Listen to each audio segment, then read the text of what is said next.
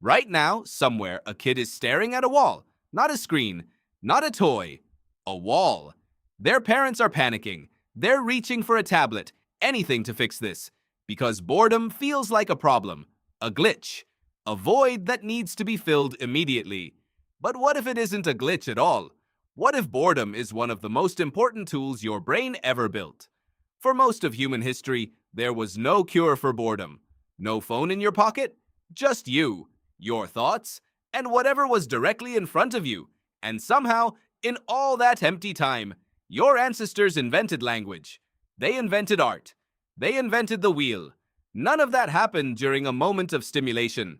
It happened in the silence in between. Here's the strange part. Boredom isn't the absence of feeling. It's a feeling with a job to do. In 2012, psychologist Sandy Mann ran a simple experiment. She had participants complete a boring task, copying numbers from a phone book, then asked them to invent creative uses for a polystyrene cup. The bored group generated more original ideas than a group who hadn't been bored first. Boredom hadn't drained their creativity, it had loaded the gun. Why would that be true? Your brain is not built to relax when it's underwhelmed. It's built to search. Neuroscientists call this the default mode network, a set of brain regions that switch on, not when you're focused, but when you're doing nothing in particular. It's where your mind wanders, connects unrelated ideas, and quietly solves problems you weren't even working on. You've felt this. An answer that wouldn't come while you were trying, then arrives in the shower, on a walk, half asleep.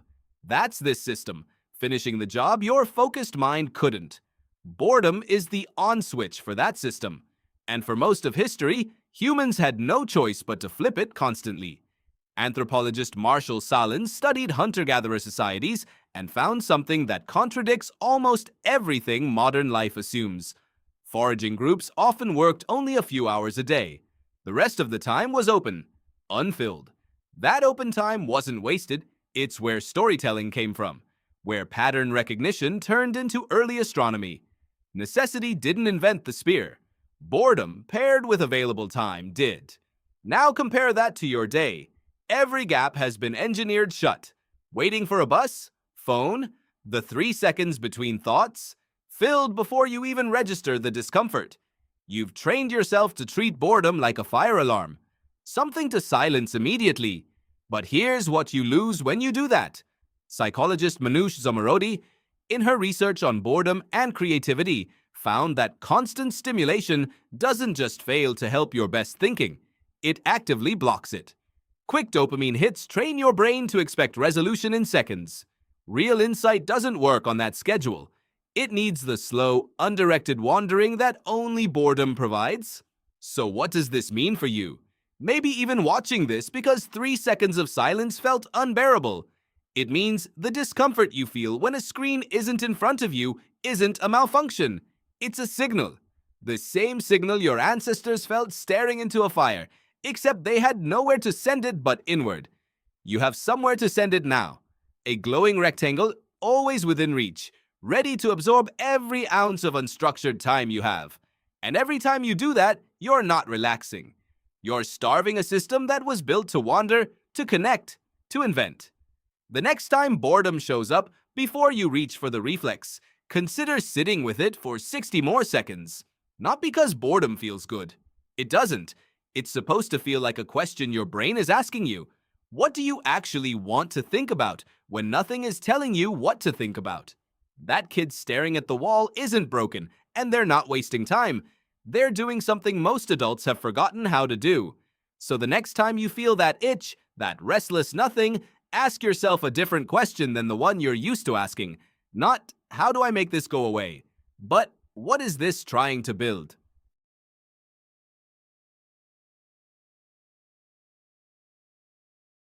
You felt it this morning.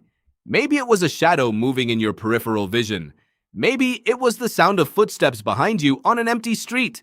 Maybe it was just a dream that woke you up at 3 a.m. with your heart slamming against your ribs and no idea why. You told yourself it was nothing. You were right. And you were also completely wrong. Because here is the thing your brain will never fully accept. The danger is gone. The predator that shaped every alarm system inside your skull.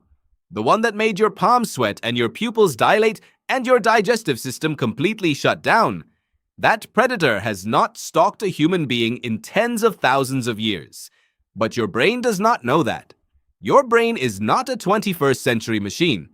It is a 300,000-year-old survival engine that somehow woke up in a climate-controlled apartment, and it is still scanning every room you walk into for something that wants to eat you.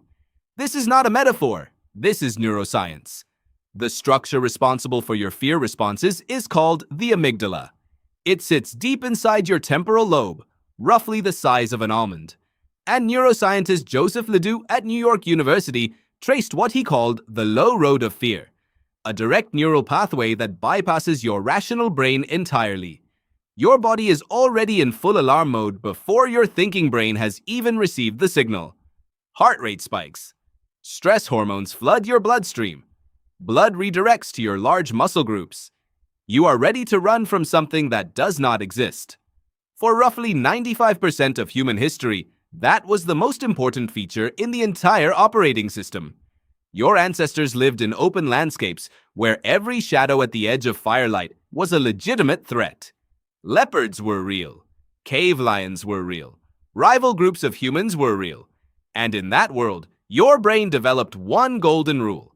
It is far better to be wrong about danger than to miss it. Evolutionary psychologist Daniel Nettle calls this the smoke detector principle. A smoke alarm that goes off when you burn toast is annoying. A smoke alarm that fails when your house is on fire is catastrophic. So evolution built you a smoke alarm that treats every piece of toast as a possible house fire. The biological term is negativity bias. Threats get priority access to your attention, your memory, your nervous system. Good experiences slide past. Bad ones stick. Psychologist Roy Baumeister found that across virtually every domain of human psychology, negative events carry more weight than positive ones. One insult requires roughly 5 compliments to restore neutral emotional balance. Your brain is running a deeply asymmetric calculation, and it is doing it automatically, below the level of your awareness, every single moment of every single day. Here is what makes this stranger. The same system built to detect leopards is now scanning your inbox. Neuroscientist Martin Paulus has documented that the brain processes social threat through the same neural circuitry as physical threat. When you post something online and wait for a response, your amygdala is active. When you sense disapproval, a cold tone in a message, a pause before someone answers you, your ancient alarm fires the same chemical cascade it would have fired for a predator. Exclusion from the group was once a death sentence. No single human survived alone on the African savanna. Belonging was survival. Being rejected by other humans was genuinely dangerous in a way that has not been true for a very long time. But your brain does not know that either. This is why you rehearse arguments in the shower. This is why you replay an awkward moment from 3 years ago at 2 a.m. This is why public speaking triggers more fear in people than the thought of death. Your brain is not being irrational. It is being ancient. The gap between the environment your brain was built for and the world you actually live in is what researchers call evolutionary mismatch.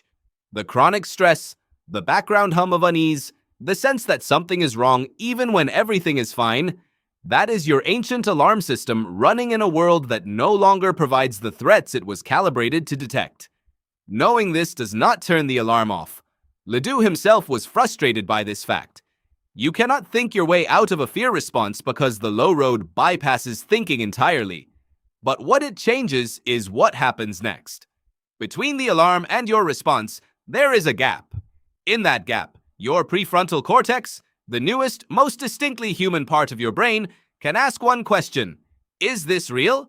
Tonight, something will startle you. Your heart will jump. Your breath will catch.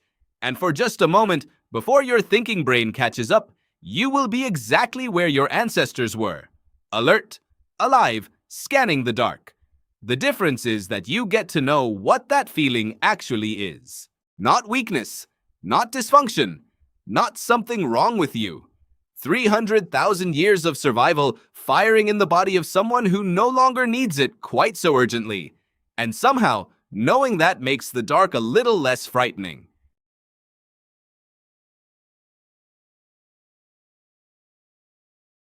You have never hurt anyone. You would never hurt anyone. That is what you believe about yourself right now, reading this. But the real answer is far stranger. Under the right conditions, in the right room, wearing the right uniform, you might. In August 1971, a psychologist at Stanford University wanted to know something simple. Are cruel people cruel because of who they are or because of where they are placed? His name was Philip Zimbardo. He built a fake prison in the basement of the psychology building. He recruited 24 ordinary young men, healthy, stable, no history of violence. He flipped a coin. Half became guards, half became prisoners. The guards were given mirrored sunglasses so their eyes couldn't be seen. They were given wooden batons. They were given uniforms. No training, no script, just one instruction: maintain order. What happened next was supposed to take 2 weeks. It was stopped after 6 days. Why? Because the guards did not need to be told to be cruel. It came on its own, faster than anyone predicted. They forced prisoners to do push-ups. They took away mattresses. They used solitary confinement as punishment for backtalk. One guard began speaking in a southern accent, modeled after a character from a prison movie, because that is what a guard was supposed to sound like. He didn't decide to become cruel. He slipped into a role that already existed, waiting for him, like a costume left on a chair. The prisoners changed too. Real names disappeared. They were called only by their assigned numbers. Within days, several were having breakdowns. One was released early after uncontrollable crying and rage, only 36 hours in. He wasn't acting. His body had started responding to the role as if it were real, because to his nervous system, it was real. Here is the part that should unsettle you. Zimbardo himself stopped being a neutral scientist. He started calling himself the prison superintendent. He was thinking about visiting hours and security, not psychological safety. It took another researcher, Christina Maslach, walking in and seeing the prisoners shuffling in chains to break the spell. She told him this was not an experiment anymore. It was suffering. That single outside perspective is what ended it. Does this mean humans are secretly monsters, one uniform away from becoming guards? Not exactly. It means something quieter and more uncomfortable. Your sense of self is not as fixed as it feels. It bends around the situation you're placed in. You can see the earlier proof of this a decade before Zimbardo's basement. Stanley Milgram, a psychologist at Yale, ran a study where ordinary volunteers were told to deliver what they believed were increasingly painful electric shocks to a stranger simply because a man in a lab coat told them to continue. Most of them did. Not because they were sadists, because authority, context, and a sense of assigned role are more powerful than most people ever admit to themselves. Think about what a role actually does to a person. A role tells you what is expected. A role removes the burden of deciding for yourself. A role gives you permission. And permission, it turns out, is one of the most dangerous things a human mind can be handed. Consider your own life for a second. Not a prison, not a lab, just an ordinary Tuesday. Have you ever noticed yourself speaking differently at work than you do at home? Sharper, colder, more willing to enforce a rule you don't personally believe in, simply because the badge, the title, the uniform told you that was the job? That is the same mechanism. Smaller, quieter, but the same. Evolution built you this way for a reason. For most of human history, survival depended on group cohesion, not individual conscience.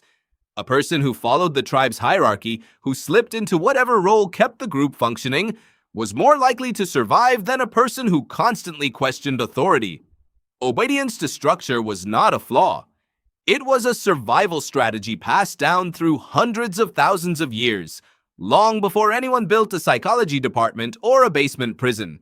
That is the twist most people miss. The guards in Zimbardo's basement were not unusually bad men.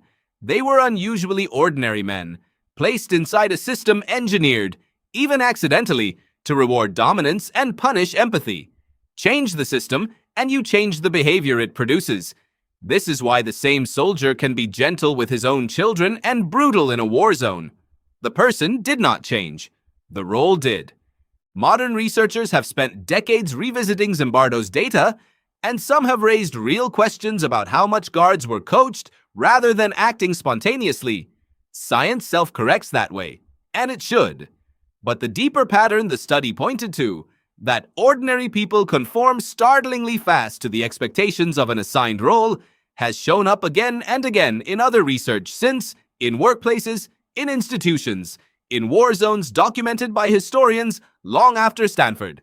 So why does this matter to you on an ordinary day, far from any basement prison? Because you are inside systems right now that you didn't design and rarely question. A workplace with its own hierarchy. A group chat with its own unspoken rules about who gets mocked. A family with its own roles assigned before you were old enough to choose them. Each one is quietly asking you to become a certain version of yourself. Most days, you say yes without noticing you were asked. The uncomfortable gift of Zimbardo's basement is this. Cruelty is rarely a monster hiding inside a person waiting to be unleashed. It's usually an ordinary person, handed a costume, standing in a room designed to reward the wrong instinct. And kindness works the exact same way. Put a person in a room built to reward patience, humility, and care, and watch how quickly they rise to that role instead. You are not fixed. You are not a finished character playing out a script that was written the day you were born. You are, more than you'd like to admit, a product of the rooms you keep walking into. So the next time you feel yourself sharpening into someone slightly colder than you meant to be, slightly more willing to enforce than to understand, ask yourself the only question that actually matters. Not whether you're a good person, but what room you're standing in and whether it's asking you to become someone you wouldn't choose to be on your own. You have never hurt anyone. You would never hurt anyone. That is what you believe about yourself right now. The real answer is far stranger. It was never really about you at all. It was about the room.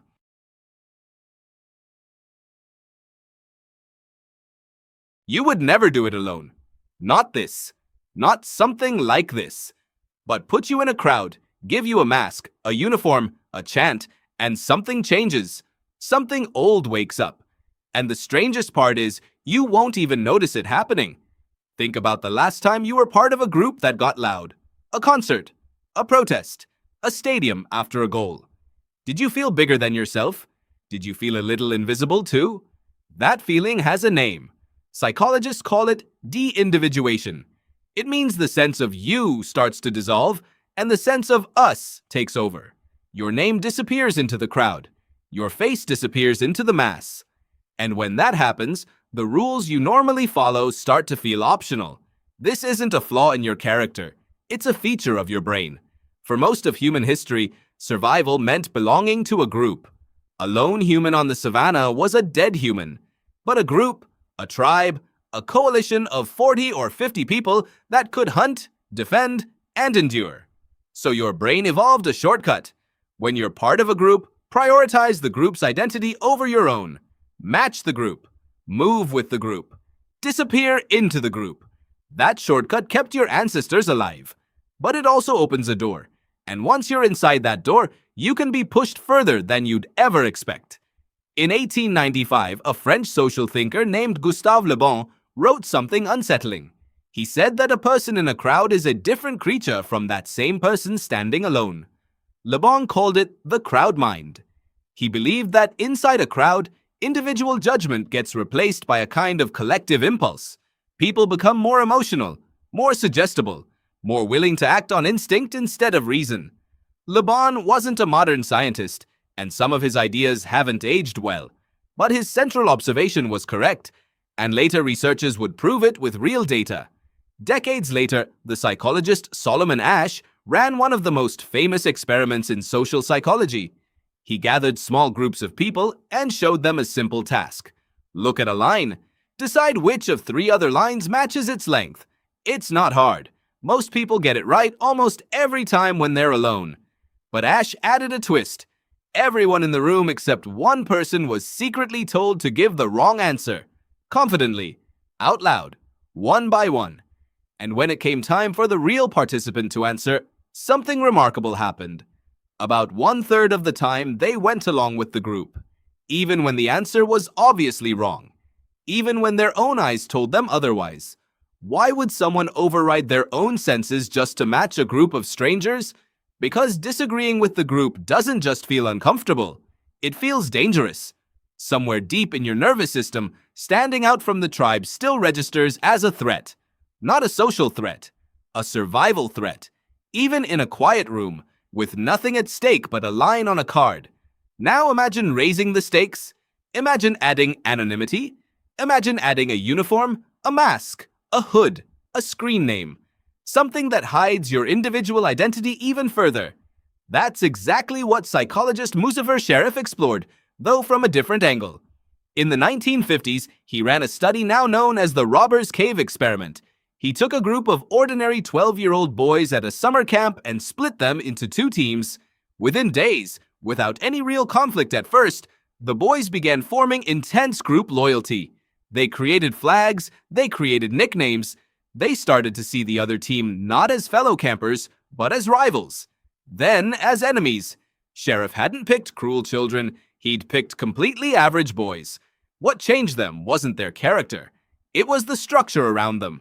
Two groups, competition, identity.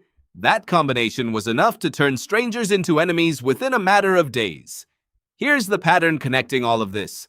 Laban saw it in crowds. Ash proved it with a simple line-matching task. Sheriff watched it emerge in children at summer camp. The individual doesn't just influence the group rewires the individual. And the less identifiable you feel, the further that rewiring goes. Researchers have found that when people feel anonymous within a group, whether through darkness, masks, uniforms, or even just the size of the crowd, they become measurably more willing to act aggressively or against their own normal values. Not because anonymity creates cruelty from nothing, but because it removes the internal brake that usually says, "This is you, and you will be seen." Take away the seeing, and the brake weakens. This is why looting can happen during blackouts. Why online commenters say things behind an avatar they'd never say to someone's face. Why a single soldier in uniform can commit an act in a unit that the same person, as an individual standing alone at home, would find unthinkable. It's not that the group makes you a different person. It's that the group unlocks a version of you that was always possible, one that quietly exists beneath your everyday identity, waiting for the right conditions. And this isn't only about violence or wrongdoing. The same mechanism drives extraordinary courage. Soldiers who charge into danger they'd never face alone, because the group beside them makes retreat feel unthinkable. Strangers who form human chains to save a drowning swimmer, moving as one unit without a plan. Volunteers who show up by the thousands after a disaster, because being part of something larger than yourself makes the impossible feel achievable. The group can pull you toward your worst instinct. It can also pull you toward your best one. The direction depends entirely on what identity the group gives you in that moment. Are you a hero, a rebel, a rioter, a rescuer? The label the crowd hands you becomes the script you follow, often before you've consciously decided anything at all. So the next time you feel yourself swept into something bigger, a chant, a movement, a wave of shared outrage online, pause for 1 second. Ask yourself a simple question. If I were standing here completely alone, with no one watching, would I still do this?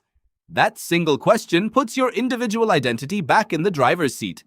It reintroduces the you that the crowd temporarily dissolved. Because here's the truth hiding underneath all of it. You are not a fundamentally different person in a group than you are alone. You're the same person, with the same values, the same fears, the same moral compass. What changes is not who you are. What changes is what feels visible, what feels risky, and what feels shared. You would never do it alone, but you were never really alone in the first place. Somewhere in that crowd, wearing that uniform, hiding behind that mask was still you, the whole time. Picture yourself alone in a room. No lion, no knife, no falling rock. Just silence and the quiet suspicion that everyone left without telling you. Your heart rate climbs anyway. Your stomach tightens. Why does your body react like it's in danger when nothing here can actually hurt you?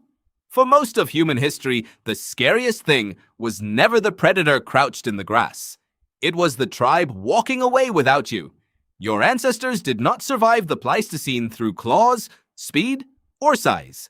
They had none of those. What they had was each other. A human alone on the savannah, cut off from the group, was already dead. It just hadn't caught up with him yet. No shelter, no shared watch through the night, no one to help carry water, fend off a hyena, or split a kill 20 ways so everyone eats. Exile was not an inconvenience, it was a death sentence with a delay. So evolution did something clever. It didn't just make you fear the obvious dangers, the teeth and the claws. It wired you to fear something quieter and, in the long run, far deadlier: being cast out. This is why a cold silence from a friend can wreck your whole afternoon. This is why being left unread spins your thoughts in circles. This is why a group photo you weren't invited to feels like a small betrayal, even if you can't say exactly why. Your brain isn't overreacting. It's running code that's 100,000 years old. In 2003, the psychologist Naomi Eisenberger ran an experiment that changed how scientists understood social pain. She put people in a brain scanner and had them play a simple ball-tossing game with two other players, except the other two weren't real. They were programmed to gradually stop passing the ball until the participant was left out entirely. Just a game. Just pixels. But when Eisenberger looked at the scans, the brain regions that lit up during exclusion were the same regions that light up during physical pain. The anterior cingulate cortex, the same circuitry your brain uses when you stub your toe or burn your hand, activated when someone simply stopped throwing a virtual ball your way. Your brain, it turns out, does not have a separate department for social injury. It uses the pain system. Rejection isn't like a punch. To your nervous system, it practically is one. Why would evolution build it that way? Because a warning system only works if it hurts enough to change your behavior. Physical pain keeps you from putting your hand back on the stove. Social pain kept your ancestors from wandering too far from the fire, from insulting the wrong elder, from breaking the unspoken rules that held the group together. The sting of being left out wasn't a design flaw. It was the whole point.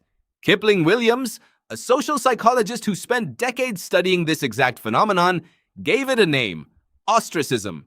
He found something strange in his research. It didn't matter if the group excluding you was a stranger, a rival, or even a group you disliked. It didn't matter if you knew, logically, that the rejection meant nothing. The pain showed up anyway, fast and automatic, before your rational mind even had a chance to weigh in. Williams called this the reflexive stage of ostracism. Your feelings get hurt first. Your logic tries to catch up later, and often it loses. Think about how strange that is.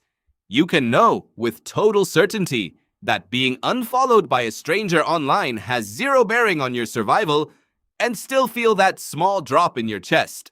That gap between what you know and what you feel is not a personal weakness. It's the fingerprint of deep time sitting inside a modern skull. For nearly all of human existence, there was no such thing as a stranger's opinion not mattering. Every person you met belonged to your world, because your world was small. A band of ancient humans typically numbered somewhere between 30 and 150 people, a figure the anthropologist Robin Dunbar later traced to the size of your brain's social processing capacity. Everyone knew everyone. Reputation wasn't an abstraction. It was your entire safety net. Lose standing in that tiny world, and there was no anonymous city to disappear into, no new town to start over in. There was only the group, and whatever lay beyond it, which was mostly nothing good. So your brain still behaves as if every social slight is a survival event, because for the overwhelming majority of the time it spent evolving, it was. Here's the part that should genuinely unsettle you. Your ancestors' fear of predators was, in some ways, easier to manage. A lion is visible. It has a location, a direction, a distance you can measure. You can run, climb, or fight. Exclusion offers none of that clarity. It arrives quietly, through a tone of voice, a meeting you weren't invited to, a joke you didn't get. There's no fixed shape to fight, just an ache, and a mind left to guess at what it means and how to fix it. This is likely why social anxiety, loneliness, and the fear of judgment can feel so disproportionately heavy compared to more concrete dangers in modern life. You are, statistically, safer today than any human in history. Fewer predators, fewer famines, fewer roaming threats in the dark, And yet the oldest alarm system in your brain doesn't know that. It only knows one thing: don't get left behind. Consider what this means for something as ordinary as checking your phone. That flicker of unease when a message goes unanswered for hours isn't really about the message. It's an ancient tripwire, mistaking silence for abandonment. Consider the anxiety before walking into a party alone, the disproportionate sting of a joke at your expense, the way one critical comment can outweigh 100 kind ones in your memory. None of that is irrational. It's a survival mechanism, still running, still convinced the tribe might leave without you. Even the structure of modern loneliness reflects this old design. Chronic isolation doesn't just feel bad. Researchers have linked it to measurable increases in inflammation and cardiovascular strain, the body treating disconnection the way it once treated a physical wound that needed urgent attention. Your ancestors' bodies braced for exile by lowering the immune system's guard on wound healing and diverting resources elsewhere. Because in the ancestral world, exile usually preceded injury. Alone meant unprotected. The body still runs that old calculation, even now when being alone on a Friday night mostly just means a quiet apartment. There's another layer to this that most people never stop to consider. Predators, at least, were an external threat. You could point at the danger. You could warn someone else about it. Ostracism is different because the danger often comes wrapped in ambiguity. Was that comment a joke or a warning shot? Was that missed invitation an oversight or a message? Your ancestors couldn't afford to guess wrong. A misread signal of rejection, caught early, could sometimes be repaired with an apology, a favor, a show of loyalty. A signal ignored until it hardened into full exile usually couldn't be undone at all. So your brain learned to scan constantly for the earliest, faintest signs of disapproval, long before anything became official. That's why you can replay a single flat tone of voice for hours, hunting for what it meant. You're not being paranoid. You're running a threat detection system tuned for a world with zero margin for error.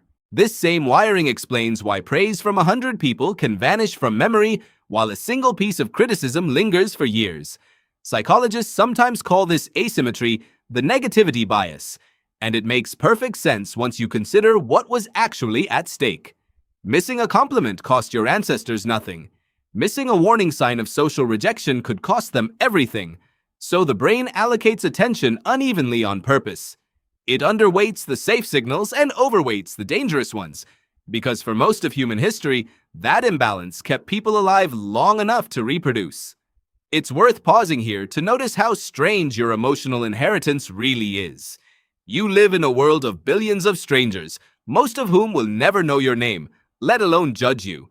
And still, the opinion of a single coworker or a stranger's comment online can occupy far more of your mental bandwidth than it logically deserves. That imbalance isn't a personality flaw. It's a mismatch between the size of the world your brain expects and the size of the world you actually live in.